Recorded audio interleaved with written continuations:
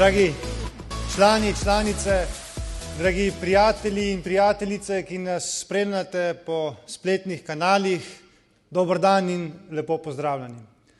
Priznam, da sem vas pogrešal, da sem pogrešal ta naša srečanja, da se končno po vseh teh COVID epizodah ponovno lahko srečamo, si stisnemo roke in se v živo pogovorimo.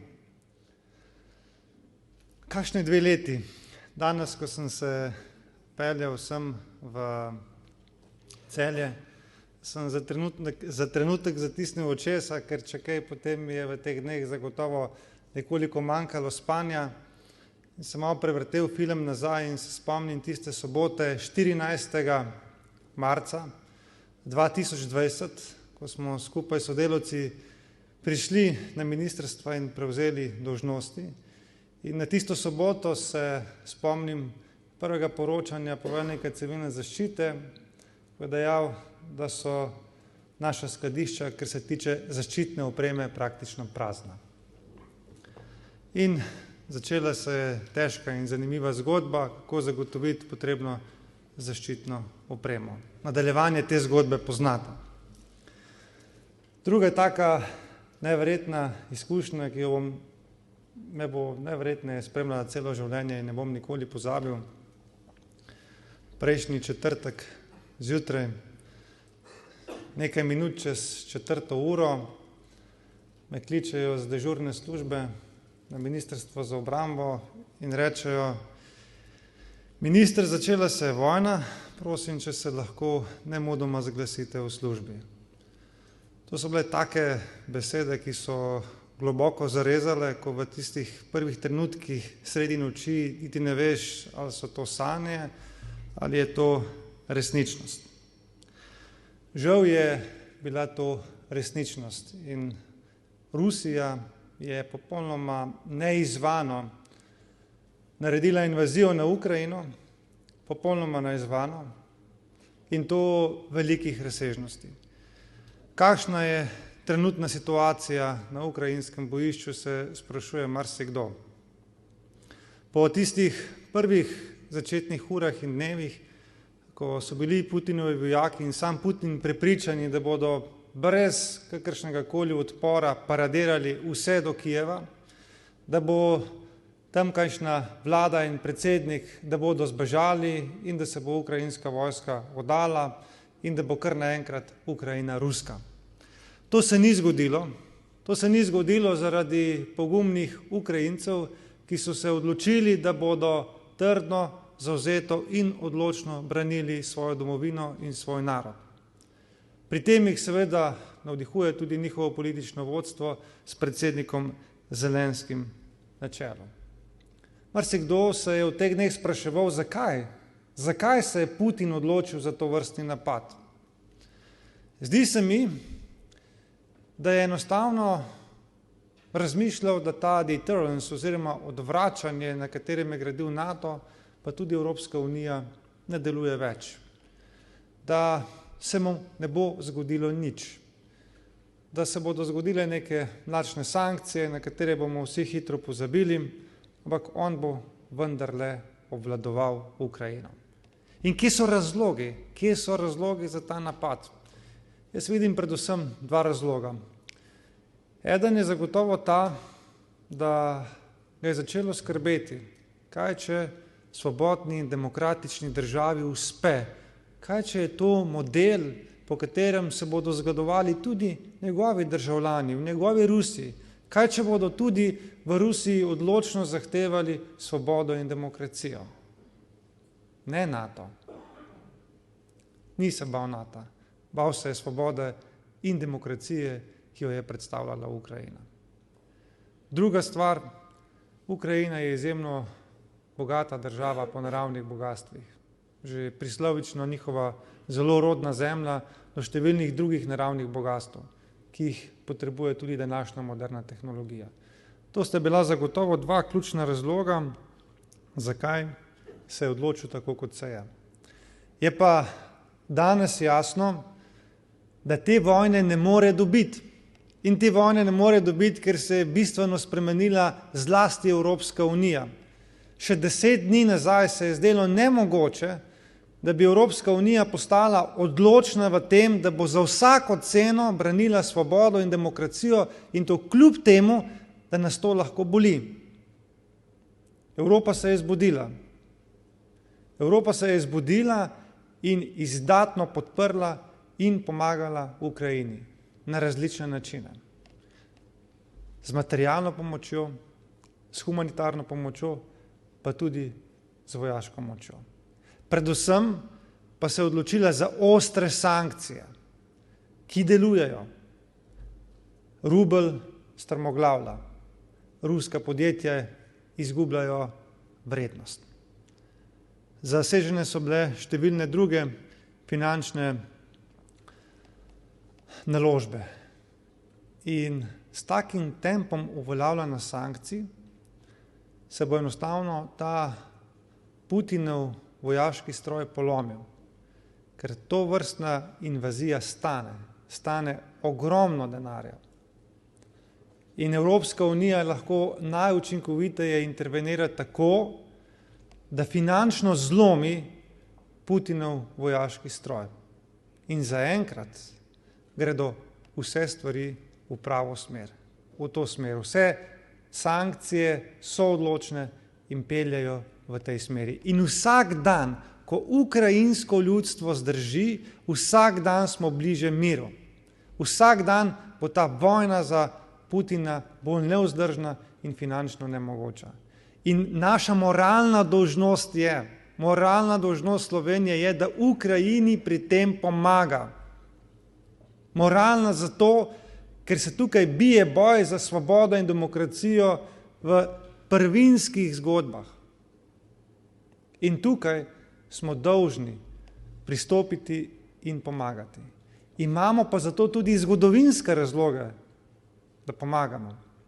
Če prevrtimo naš film za 31 let nazaj, potem se boste spomnili, da mi ne bi se obranili jugoslovanske agresije, če takrat ne bi imeli tudi orožja. In tudi zaradi te zgodovinske izkušnje je Slovenija dolžna pomagati. In Slovenija pomaga na vse 3 oblike. Tako v materialnem smislu smo že odpremili večjo količino materialnih sredstev v Ukrajino, v humanitarnem smislu, ker gre moja iskrena zahvala vsem organizacijam, vsem društvom in ljudem dobre volje, ki širom Slovenije zbirajo to pomoč, da jo bomo dostavili v Ukrajino. Ministrstvo za obrambo in Uprava za zaščito in reševanje bosta prevzela logistiko, zato da bo ta pomoč prišla v prave roke. In ja, pomagali smo tudi vojaško. Kljub vsem kritikam nimam nobene slabe vesti, ker se mi zdi osnovna pravica, da ljudstvo, ki je napadeno, da ljudje, ki so napadeni, ko so napadene njihove vasi, mesta, da imajo priložnost in možnost, da se branijo.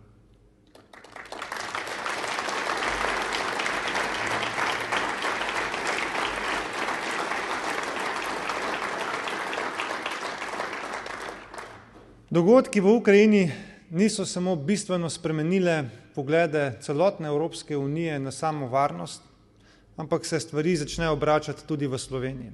Moji generaciji se je zdela varnost samoumevna in vsakršno vlaganje v varnost se je zdelo brezpotrebno. Češ metanje denarja v stare železje, češ mir je tako ali tako samoumeven. Kdo pa se bo v 21. stoletju v Evropi še spopadal? Kdo pa sploh ogroža vojaško Slovenijo? In prav ta ukrajinska zgodba kaže, kako krhek je mir, kako nekaj, kar se je zdelo včeraj nemogoče, je danes dejstvo. In zato je celotna Evropa, vključno z Nemčijo, že napovedala, da bo šla izdatno povečati obrambne izdatke in zagotavljati sredstva za varnost in obrambo. In tukaj se kaže, kako prav je imela Nova Slovenija, ko je padalo po nas z leve in desne, ampak smo vztrajali na tem, da je potrebno primerno opremiti naše obrambne in varnostne sile, ker gre za našo domačo varnost.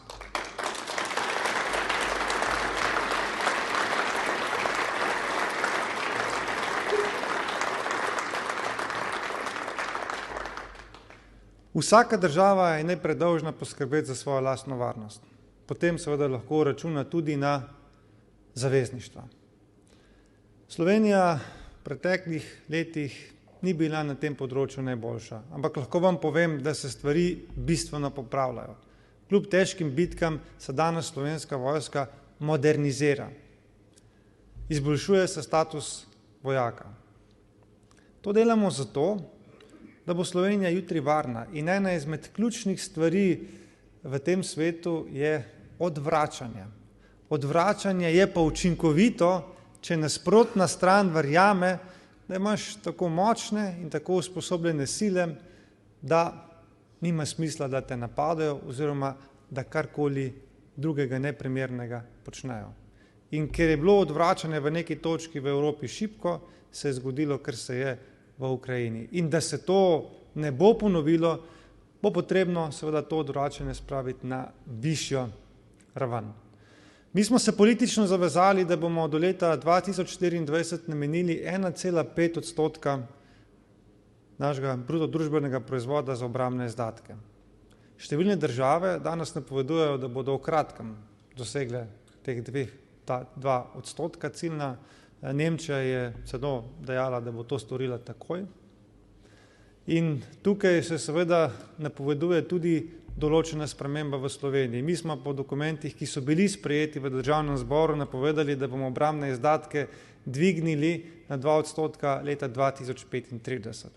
To mejo bo potrebno spraviti pod leto 2030, kar pomeni, da bodo naši obrambni izdatki realistični in vzdržni in da bomo na koncu prišli do tistega tako želenega cilja, da bomo lahko vedno in povsod poskrbeli za svojo varnost. Kajti varnost je temelj vsega.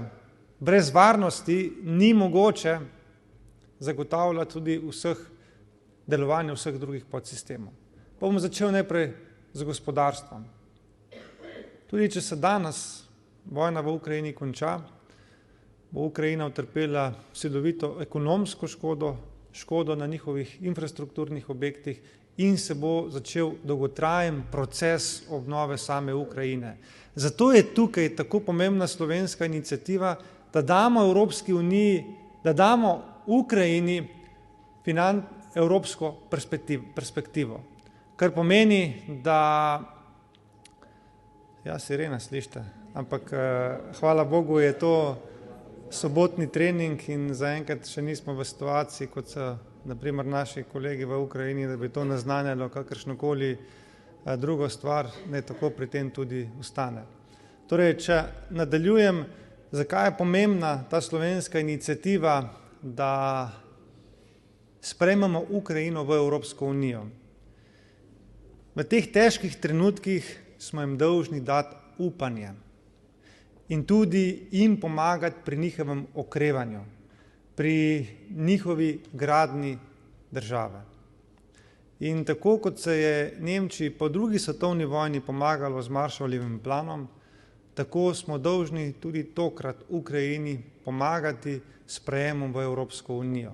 Tukaj bi morali zgodbo obrniti z druge strani. Če je bil do zdaj proces sprejemanja v Evropsko unijo sledeč, da smo najprej morali se prilagoditi pravnemu redu Evropske unije in potem smo postali polnopravni člani, bi morala tukaj Ukrajina najprej postati članica Evropske unije in potem v prihodnjih letih se postopoma prilagajati pravnemu redu Evropske unije. Torej, da bi tukaj zgodbo zaradi posebnih strateških razlogov obrnili.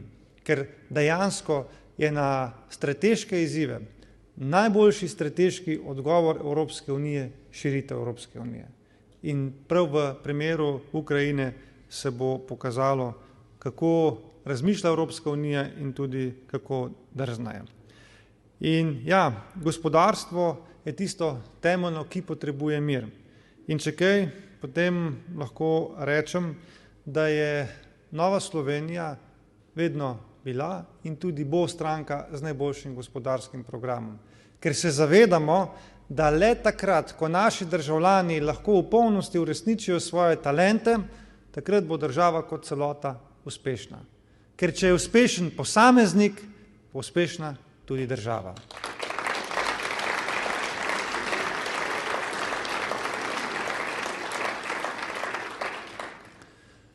V Novi Sloveniji smo prepričani, da ljudje bolje vedo, kaj z denarjem kot država. Tudi zato smo v preteklih dneh šli v intenzivno kampanjo za obrambo zakona o dohodnini. Ta zakon o dohodnini bi dal vsem državljanom, ki delajo višje plače, bil pomemben premik k temu, da našim državljanom pustimo več v njihovih denarnicah, da si država od njihovega dela odreže manj. Ampak ta bitka še ni dokončno dobljena. Prepričan pa sem, da tudi zaradi vseh vas, in se vam tukaj iskreno zahvaljujem za vašo pomoč in podporo, ker Nova Slovenija je v obrambi zakona o dohodnini zbrala skoraj 25.000 podpisov. Iskrena hvala.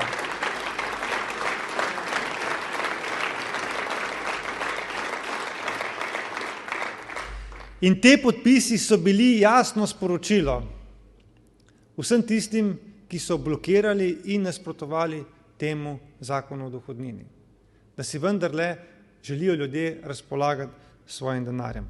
Hvala Bogu, seja je sklicana, pričakujemo, da bo ta zakon čim prej sprejet in da bodo ljudje končno dobili tudi višje neto plače.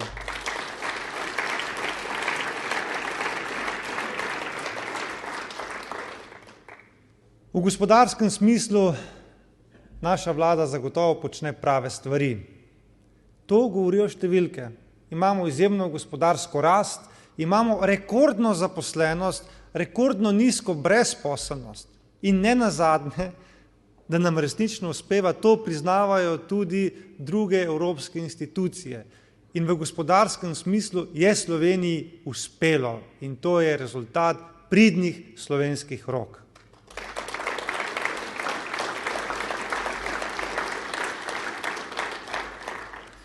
Seveda pa tukaj delo ni zaključeno, v prihodnem mandatu nas čaka še veliko nalog, seveda se bomo osredotočili na odpravljanje vseh birokratizmov, ki še vedno hromijo naš gospodarski sistem, da neko idejo, ki jo ima posameznik, ne more zelo hitro spraviti v prakso, da bomo šli po poti digitalizacije, da se bodo tudi nekoliko bolj oddaljeni kraje od Ljubljane počutili vključene in bojo lahko enakopravno tekmovali na trgu in ne nazadnje, da bomo tudi diverzificirali vse naše energetske vire, da ne bomo tako odvisni od Rusije, kot se morda zdi danes. Pomembna stvar, ki nas pa čaka in jo bo potrebno resno prenavljati in obnavljati, je pa področje zdravstva. Covid kriza, vso to napenjanje, da smo zdržali te pritiske, ki jo je prinesel Covid, je vsekakor izčrpalo naš zdravstveni sistem. Zato naš zdravstveni sistem potrebuje resno pozornost. In ključen cilj Nove Slovenije je, da naredimo vsem dostopno javno zdravstvo. To pomeni, da do zdravnika prideš takrat, ko ga potrebuješ, da ti za zdravljenje pri zdravniku plača zavarovalnica, kjer si zavarovan. To so taki osnovni postulati, ki delujejo drugod po zahodnem svetu in nobenega razloga ni, da ne bi delovali tudi v Sloveniji.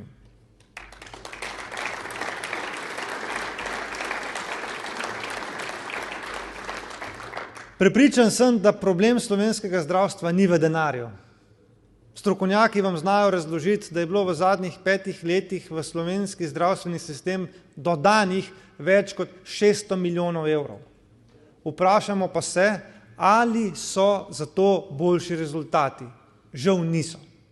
To govori v prid temu, da ni problem v denarju, ampak da je problem v organizaciji.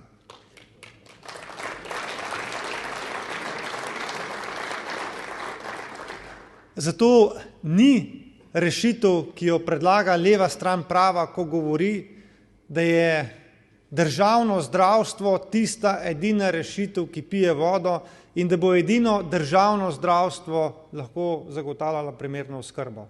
Mi danes državno zdravstvo imamo, ampak je žal vsak dan bolj neučinkovito in vsak dan so daljše čakalne vrste. Zato mi potrebujemo premik od tega državnega zdravstva k vsem dostopnemu javnemu zdravstvu.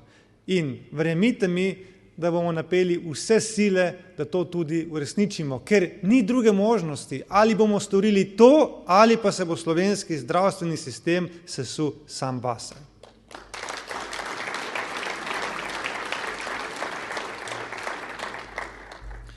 Potrebno pa je poudariti in podčrtati, da eno je organizacija, ki jo je potrebno spremeniti. Marsikdo bo rekel pa očital, zakaj pa tega niste zdaj naredili, ker ste na oblasti. Zato, ker se v času najhujših kriz in pretresov ne spreminja samega sistema. V času covida bi bilo izjemno težko delati hude reforme samega zdravstvenega sistema. Po covidu bo pa prišel ta čas. Ta čas, ko bo potrebno spremeniti organizacijo in organiziranost našega zdravstvenega sistema. Smo pa poskrbeli za eno stvar.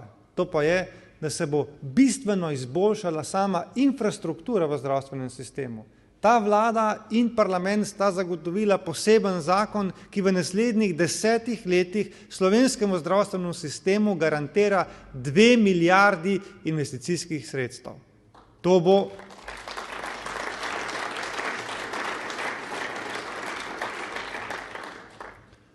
bo bistveno spremenilo sam standard in to na plus. In tega se seveda iskreno veselimo.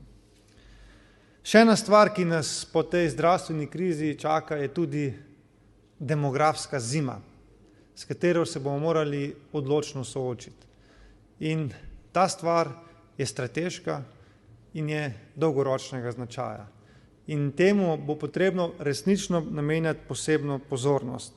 In ena izmed stvari, ki je potrebno poudariti in so osnovni aksiomi, kako k stvari pristopiti, da vendarle od te demografske zime končno pridemo tudi v demografsko pomlad, je, da družine z otroki ne smejo biti v slabšem položaju kot tisti, ki jih nimajo. To je osnovni postulat.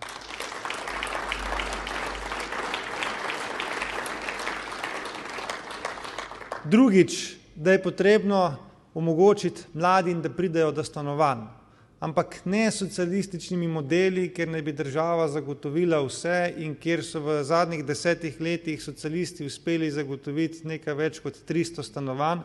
S tem se problematike mladih ne da reševati, ampak da pridemo do kadrovskih stanovanj, do ustreznih finančnih spodbud, da bodo lahko mladi prišli do svojega stanovanja in ne do državnega stanovanja.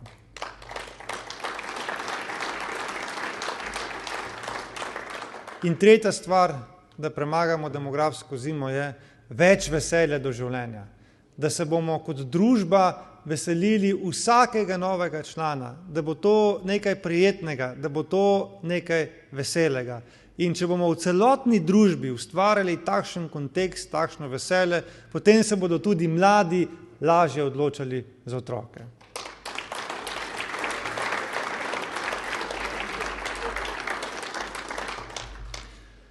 Dragi prijatelji, številni ste mi v teh dneh pisali in spraševali, zakaj je Nova Slovenija tako odločno opozorila tudi na stran poti stranke Levica. Zato, ker se je tokrat prvič izrisovala neka potencialna možnost, da Levica postane vladna stranka. In dolžni smo bili opozoriti na nevarnosti, ki jih to prinaša. Na njihov program, ki je trenutno še vedno objavljen na spletnih straneh, ki je vsaj po naši oceni neustaven. Ampak neustavnosti ne ugotavlja stranka, ampak ugotavlja Ustavno sodišče. Stranka Nova Slovenija pa vsekakor lahko reče, da je ta program stranke Levica izjemno škodljiv za prihodnji razvoj Slovenije in za vse prihodnje investicije. Zakaj?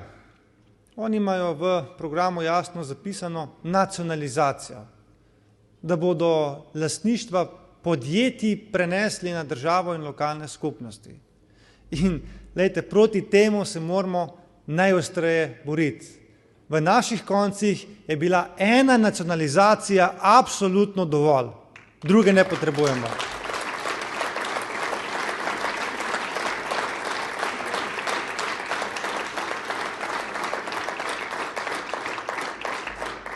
Druga nevarnost, ki jo prinaša, je, Oni bodo jemali. Zelo preprosto. Danes so nam povedali, da če bodo na oblasti, bodo spreminjali ta zakon o dohodnini, ki ga zdaj sprejema ta vlada. In zelo preprosto, dragi moji, oni bodo jemali.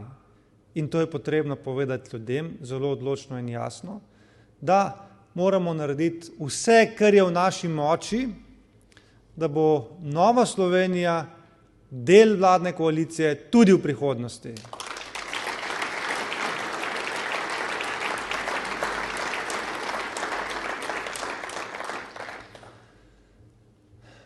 Rad bi se na tem mestu tudi zahvalil najprej vsem vam članom in članicam. Resnično je biti enostavno predsednik stranke, ki je zrela, ki ve, kaj hoče in ki se je iz preteklih izkušenj marsikaj naučila. V teh 2 letih, ko smo bili v vladi, je padalo po nas, velikokrat z vseh strani. In zato je bila vaša podpora izjemno dragocena. In res iskrena hvala vam za nesebično podporo, za številne message, e-maile, pisma, molitve, vse, kar ste storili za nas, ko smo bili ministri Nove Slovenije in pa tudi poslanci in drugi naši ljudje pod silovitim pritiskom in napadom. Moja iskrena hvala, resnično.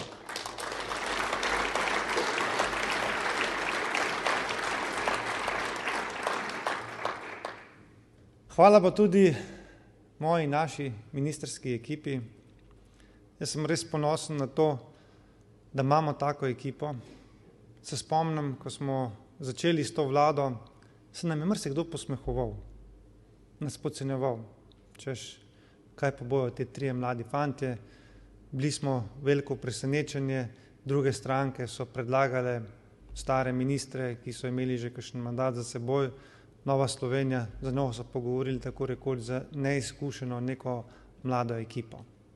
In danes se je pokazala vrednost te mlade energične ekipe. Nismo se bali izzivov, nismo obupali, ko so nam rekli, da se nekaj ne da, smo iskali načine, kako se bo dalo. In zato imamo danes kaj pokazati in zato hvala lepa ekipa, ponosen sem na vas.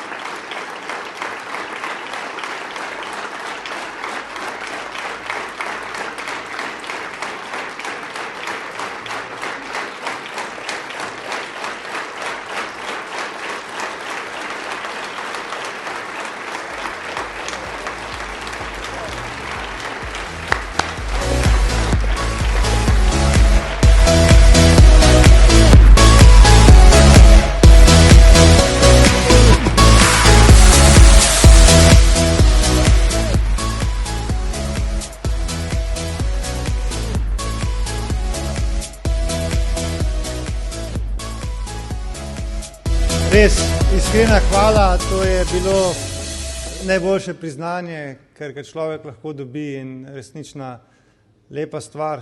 In odtehta vse žrtve, vse neprespane noči in še enkrat, to smo delali za vas in za Slovenijo.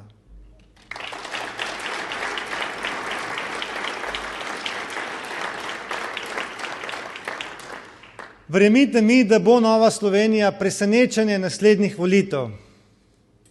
Nova Slovenija ima vse, kar je potrebno za zmago.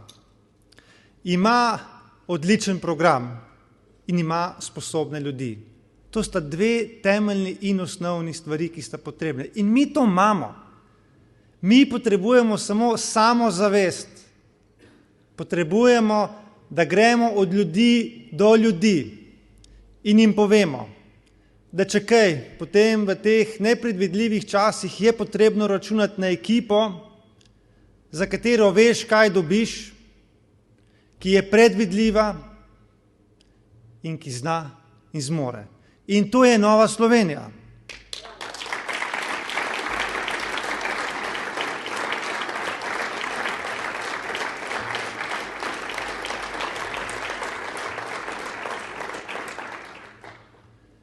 In ko bomo danes odšli vsak svojo pot, vsak v svoj konec, se je pravo delo še začelo.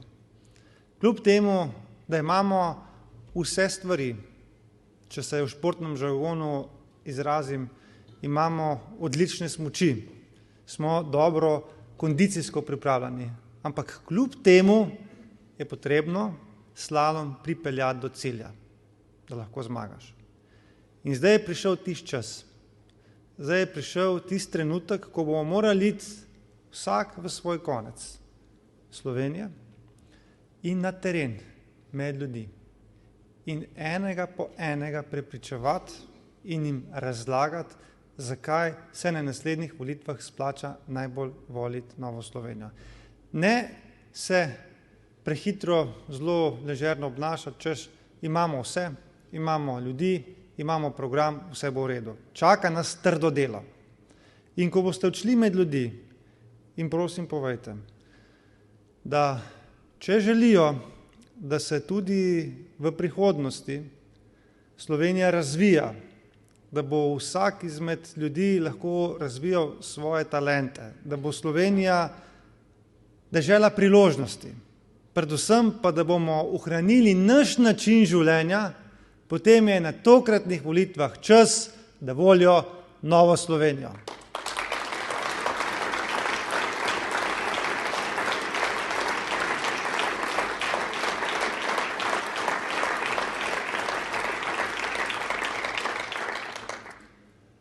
Hvala vam lepa za vse te lepe trenutke, veselim se našega nadaljnjega sodelovanja in kličem: Bog živi Slovenijo!